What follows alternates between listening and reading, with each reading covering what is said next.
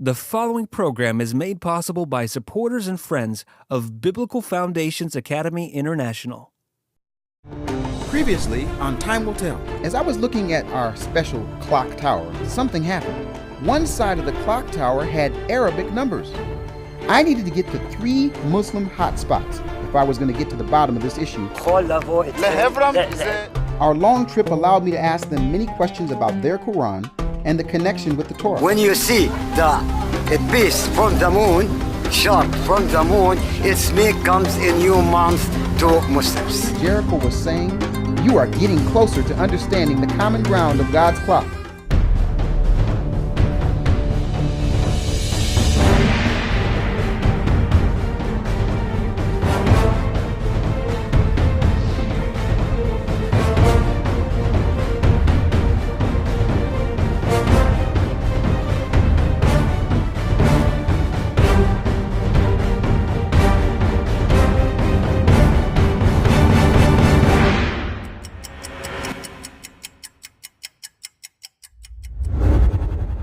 As I was trying to decide where to begin the Christian perspective on God's clock, these birds helped me out. It was as if they were foreshadowing my journey. Well, I'm here on the western side of the Temple Mount. This is where most people come. It's traditionally the spot where people leave their prayer requests. Both Jew and Gentile come from around the world to come and pray here. But in terms of what we're trying to do, I actually want to take you to ground zero. That is actually the Temple Mount, but it's not on the western side, it's on the southern side. Let's go take a look. Before we go any further, I should warn you, we will have to do some digging, or should I say some jackhammering, in order to get to the truth under the Christian traditions about time. Let's start again with our clock church that stands on the southwest corner of the old city of Jerusalem. This time our perspective is from the vantage point of the Mount of Olives, where we can see how far the church is from the southern side of the Temple Mount. Most Christians take the detour away from the biblical Mount Zion through this gate and up one of the 2 sets of stairs to get to this major Christian holy site. On most any day, Christians from around the world stream into this 14th century upper room to be in the place where tradition alone says that they're in the very spot where the church was born on Pentecost, or more accurately, called Shavuot, the Feast of Weeks. It's not unusual to hear some verses from Acts being spoken in different languages, and even to hear people break out in song.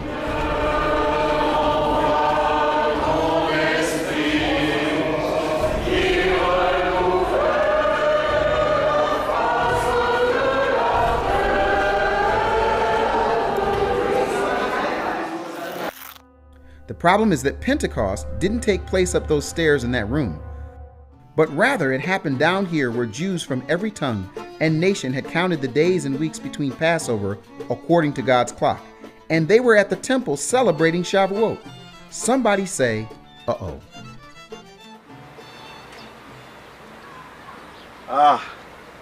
I cannot believe I'm back here. I'm so excited. 10 years ago, I was invited to be here for God's appointment, the holy day of Shavuot, which in my tradition they call Pentecost. And unfortunately, as a result of what I call some maybe sleight of hand or some lack of context, we've actually caused what I call a Y in the road. Maybe I shouldn't call it ground zero. Maybe it's just a Y in the road where there's been a disconnect regarding the historical information of Pentecost / Shavuot, God's clock, and the present day Pentecost, which absolutely, unfortunately, is disconnected. There are so many people that do what I'm going to do right now. They read from Acts chapter 1, verse 12, and it says, "Then they returned to Jerusalem from the hill called the Mount of Olives, a Sabbath day walk from the city. And when they arrived, they went upstairs to the room where they were staying. Those present were Peter, John, James, and Andrew, Philip and Thomas, Bartholomew and Matthew, James, son of Alphaeus, and Simon the Zealot, then Judas, the son of James. They all joined together constantly in prayer, along with the women, and Mary, the mother of Jesus, and with his brothers." And unfortunately, what most people do is they will start with this passage and connect it as if Pentecost or Shavuot took place within the walls of the upper room. The traditional upper room is quite a ways from the southern side of the Temple Mount. That is why I'm saying, ladies and gentlemen, this spot for me is ground zero. You can call it a Y in the road, but what we're gonna need to do is this, and I'm excited because I didn't get to do it before. We're gonna start up high, and we're gonna work our way down, and in the end, I wanna get my hands in the dirt of the southern side of the temple. I wanna find people, places, and things that will help you understand the significance of God's clock then and God's clock now so that you can begin to apply it in your life. No more Y in the road. Let's bring it back together so we can get on His calendar. Can I get an amen? I needed to find the source of the confusion, and I remembered the locked door at the top of the mountain in Jericho. That spot was dedicated by a woman named Helena, who selected many places in Israel to be quote-unquote Christian holy sites, irrespective of history or archaeology. She did it because she could. Heck, her son was the emperor of Rome. I heard that there was a street named after Helena that led to the most important church in Christendom, the Church of the Holy Sepulchre. Just as I was getting turned around in the narrow streets of the old city, I decided to follow the police. They usually will lead to something interesting. There it was, the signs for the Christian Quarter and St. Helena Street with the police pointing the way. I happened to be there while something was brewing in the Christian Quarter. There's nothing like chaos and constables caught on camera. I decided to venture in to see what all the fuss was about.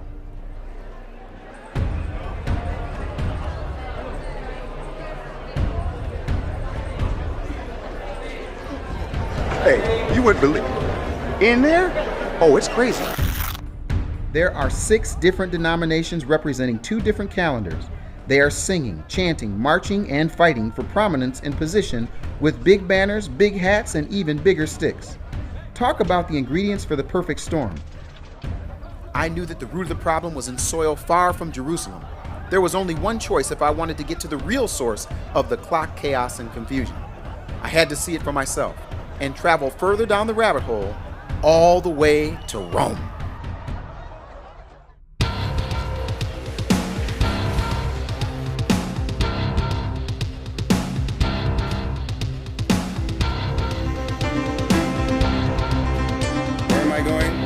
To Rome. To Rome? Yes. Have a nice flight, sir. God's clock decided to take the trip with me. Somebody say second witness. This was a lot smoother ride than traveling by camel, not to mention a much more pleasant smell. Talk about perspective. Does it get any better than this? I wish I would have had time to find a nice chaise lounger by the Mediterranean to sip some lemonade or Bedouin tea, but I knew there would be no time for rest on this trip. I was in pursuit of the truth. I'm not sure if it was because I was flying El Al or because they were flying me, but either way, there was a police escort waiting for us on the tarmac. It helped to say I was a Methodist pastor visiting the Vatican. Sounded good to me. I took a shuttle from the airport to my hotel. I had a nice, quaint, and clean hotel room. Not only did the Father's clock follow me to Rome, the mother of the church greeted me in my hotel room. I was ready to get going. Well, after pulling an all-nighter, I made my way to Rome and tried to find the highest point that I'd have access to so I can get what I call the power of perspective. Well, that's where I am, the Museo Nacional di Castel di Angelo. This is a place that was built by the Emperor Hadrian and used by some popes as a palace. In the end, it's going to help us start our journey for rediscovery, see if we can't get to the bottom of this rabbit hole and get some answers. Even though I had a bird's eye view of Rome, I wasn't quite sure where to start, so I did what most tourists do. I grabbed a map. All I can say is all roads might lead to Rome, but once you get here, you sure can't find nothing. I finally decided to get on a bus, start moving, and ask questions on the way. The problem was I ran into a bit of a language barrier. The people just ignored me and looked away. I felt like I was in a slow-motion dream where I couldn't talk or move. I was stuck on a bus that just kept moving through the narrow streets of Rome that would not stop and let me off until finally... Well, after considerable frustration trying to get my directions from different people that didn't speak English, I finally got on a bus after paying €1. It was the 119, and the 119 I thought was leading me to one place ended up leading me here, and finally I pushed the button, and after 2 or 3 turns, the bus driver finally let me off right in front of this place. This happens to be a spot that was uncovered in 1926. It's actually a place where there were 4 temples, actually pagan temples, that have been uncovered. What's interesting about this to me is that this city, Rome, is founded on the idea of temples that had worship to false gods, and one of the main things that they focused on was the sun. So I believe strongly in my heart that this is a part of the rediscovery and the uncovering. I've come to Rome to get to the bottom of the rabbit hole, and I'm just telling you all, we are real close. The bus dropped me off in the back of Largo, Argentina, where 4 ancient temples used to stand. The significance of this place in terms of understanding the root of Rome cannot be overstated. The temples were each dedicated to a different god that the Romans believed had influence in human affairs. The temples from left to right were dedicated to Lares, Permarini, guardian deities who protected sailors. Next to it, a temple to the goddess Feronia, the agent goddess of fertility. Next to it, the goddess Fortunae. And finally, a temple dedicated to the goddess Juturna.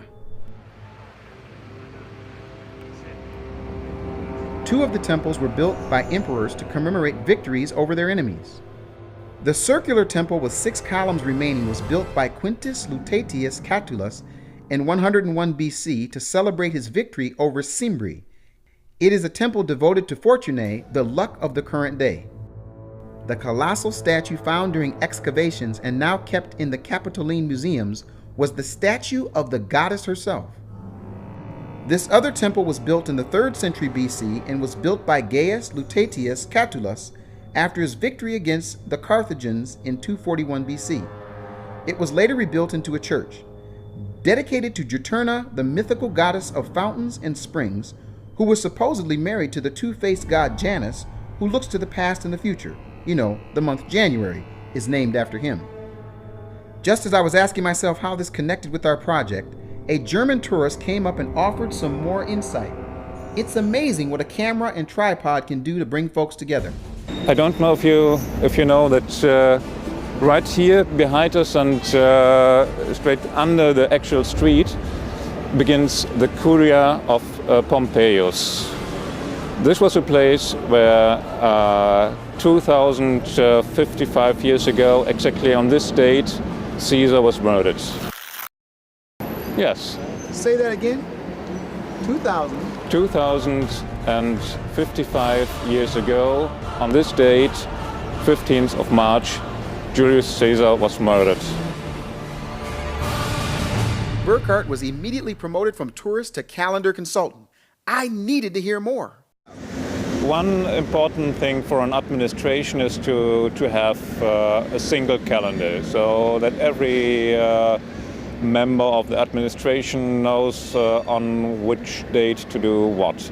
And so it was a big achievement of Julius Caesar with the growing extensions of the Roman Empire to introduce a new calendar which follows a circle of the sun. So it's a calendar based on 364 days and is more or less simple solution for a difficult problem. To think I had run into a calendar consultant on the exact day of the calendar creator's death, according to our present calendar, is more than coincidence, don't you think? It was amazing to think that I was standing just above the general location of where the man who started the calendar chaos was assassinated. It was even more interesting to think that I found this place on March 15th, according to the present calendar, the very anniversary of that fateful day called the Ides of March. Digging down into the dirt of ancient Rome can give us a glimpse of why Julius Caesar changed the calendar. Julius Caesar had a background in religion, politics, and the military. He knew that in order to bring all aspects of Rome under his control, he would have to do something radical. When one man is appointed emperor, commander of the Roman military, and Pontifex Maximus, ruler of the Roman religion, he can do whatever he wants, including create a new calendar. On January 1st, 45 BC, the Julian calendar was born. Julius Caesar combined what he already knew about pagan worship with the newly found information he gained about sun-based calendars while hanging out with Cleopatra in Egypt. It was an easy sell, he thought. Some folks did not like him messing with their clock, among many other things. How ironic it is that his new calendar was based on the sun, but the timing of his death was predicted based on the phases of the moon. Beware of the Ides of March. was the full moon of the lunar month in which he was assassinated. Julius Caesar, referred to as Caesar Divine, was the only Roman citizen up to that point in history to be deified. He even had the month Quintilis changed to Julius, July, in his honor a year after his death. He got what he loved. Quote, "I love the name of honor more than I fear death, Julius Caesar." It was time to get moving, and I knew that if I was going to be able to get to more revelation in Rome, I needed to find a new form of transportation. Introducing Alexander, my new chauffeur. Okay, what's your name? Alexander. And Alexander, what are you getting ready to do? What I'm going to do? Yes. I will drive you if you want. Ladies and gentlemen, I found Alexander. He's going to take me on a bicycle ride. Let's go, Alexander.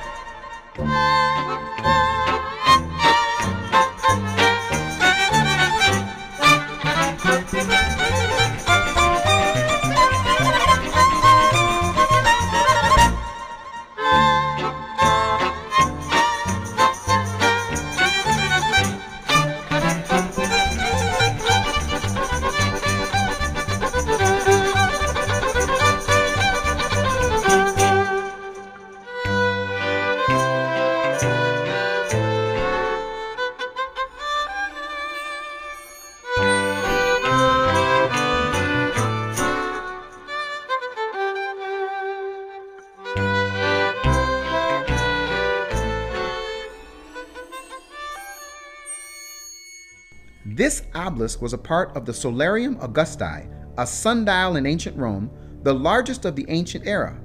It was erected by Emperor Augustus with a 30-meter Egyptian red granite obelisk that he had imported from Heliopolis. The solarium was dedicated to the sun in 10 BC, shortly after Julius Caesar's calendar reform. It was the first solar dedication in Rome. Augustus erected it within his giant sundial in the Campus Martius, campus of Mars. The meridian, worked out by the mathematician Facundius Novus, was placed in the center of a surface on which a quadrant was marked out with bronze letters, with indications of the hours, months, seasons, and signs of the zodiac. Besides its function as a solar clock, the obelisk was oriented in such manner so as to cast its shadow on the 23rd of September, Augustus's birthday, which coincided with the autumn equinox. Somebody say again, uh-oh. The inscription celebrates the conquest of Egypt. Augustus, son of godly Emperor Caesar, while he was Pontifex Maximus, consul and tribune, brought this obelisk from Egypt, a land he had placed under the power of the Roman people. He dedicated this gift, the obelisk, to the sun. Between 1789 to 1792, Pope Pius VI decided to retain the original use of the obelisk as a sun clock. The bronze globe he placed at the top of the monument is pierced so that at noon a sun ray crosses it and indicates the date on a series of markers on the pavement of the square. The globe is decorated by the heraldic symbols of the Pope, which included the representation of a blowing wind. In the new layout of Piazza Montecitorio, inaugurated on the 7th of June 1998, a new meridian was traced on the pavement in honor of Augustus's meridian, pointing towards the main entrance of the palazzo. I felt like I was from Kansas following the yellow brick road which led me to the next spot, the campus of Mars.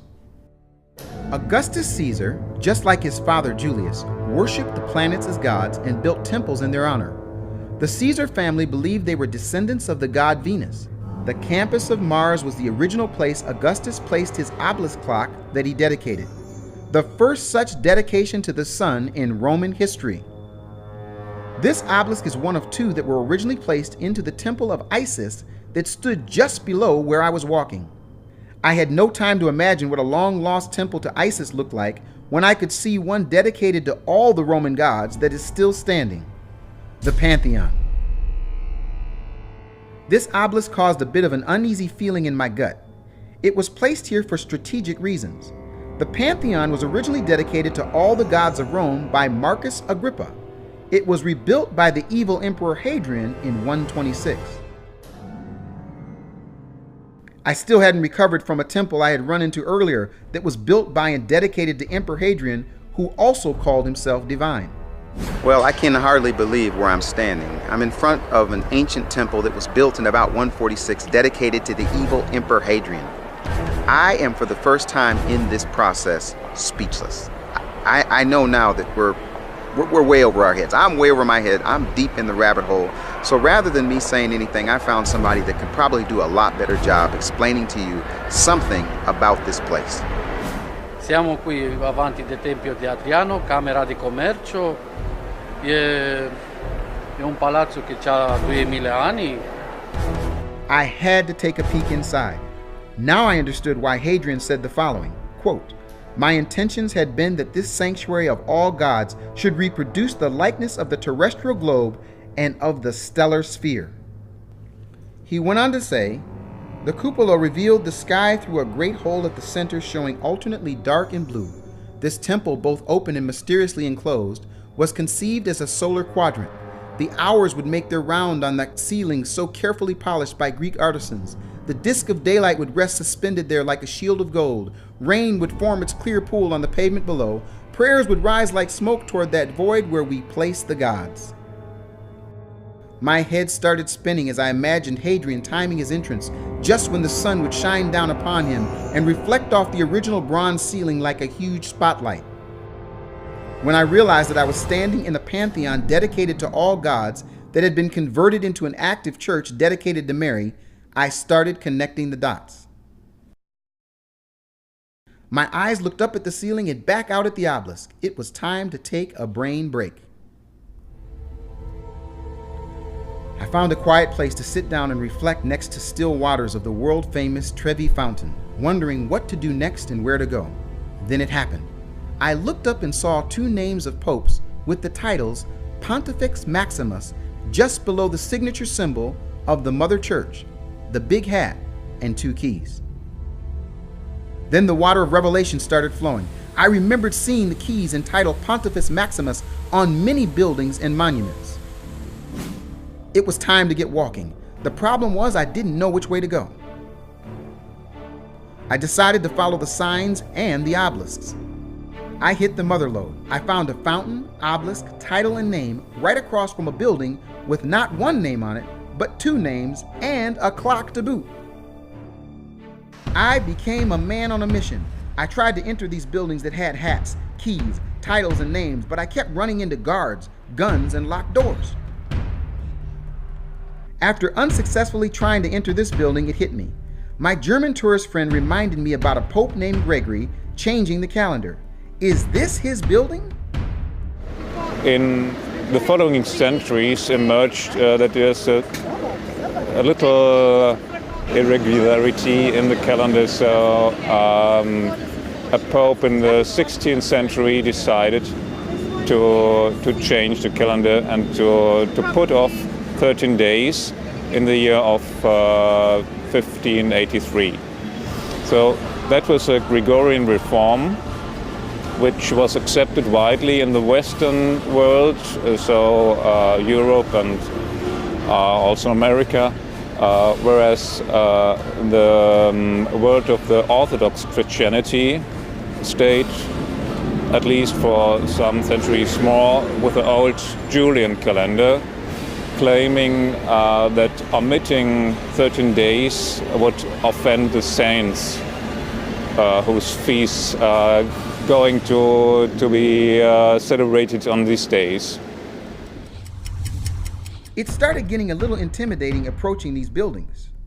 Nobody seemed interested in listening to a bald-headed brown guy with a video camera wanting to get into government buildings. Okay, maybe it wasn't the best idea to say I was a Methodist doing a documentary on God's clock versus the Roman sun clock. Either way, the guards didn't seem too welcoming. Maybe I was getting a little paranoid, but after trying to sneak my way into Pope Gregory's building, I couldn't even get close enough to take a video anymore. It was as if I was being watched, so I decided to do something really radical.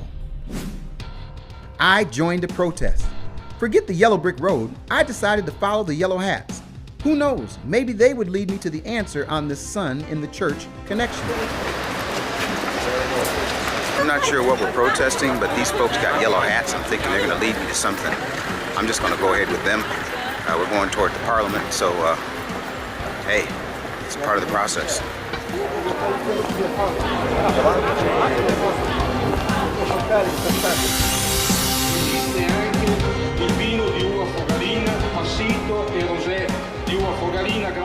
Well, I have to admit, I don't understand everything they're saying. There's one word I understand: stop false. So I'm here to protest. We're going to stop the false with solidarity.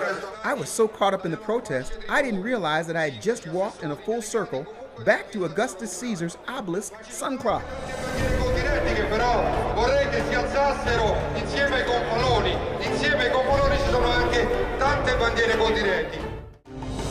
Join me in the next episode as we continue the process of discovery about God's clock from the Christian perspective. Join me as I race through the streets of Rome to catch a glimpse of the star of the show behind the walls of the church. This event led me to find the architect of the faith and the creator of our current calendar. This is only a small sampling of the many people, places, and things I encounter as we delve deeper into the Time Will Tell series. Please remember, Biblical Foundations Academy International depends on tax-deductible donations from viewers like you.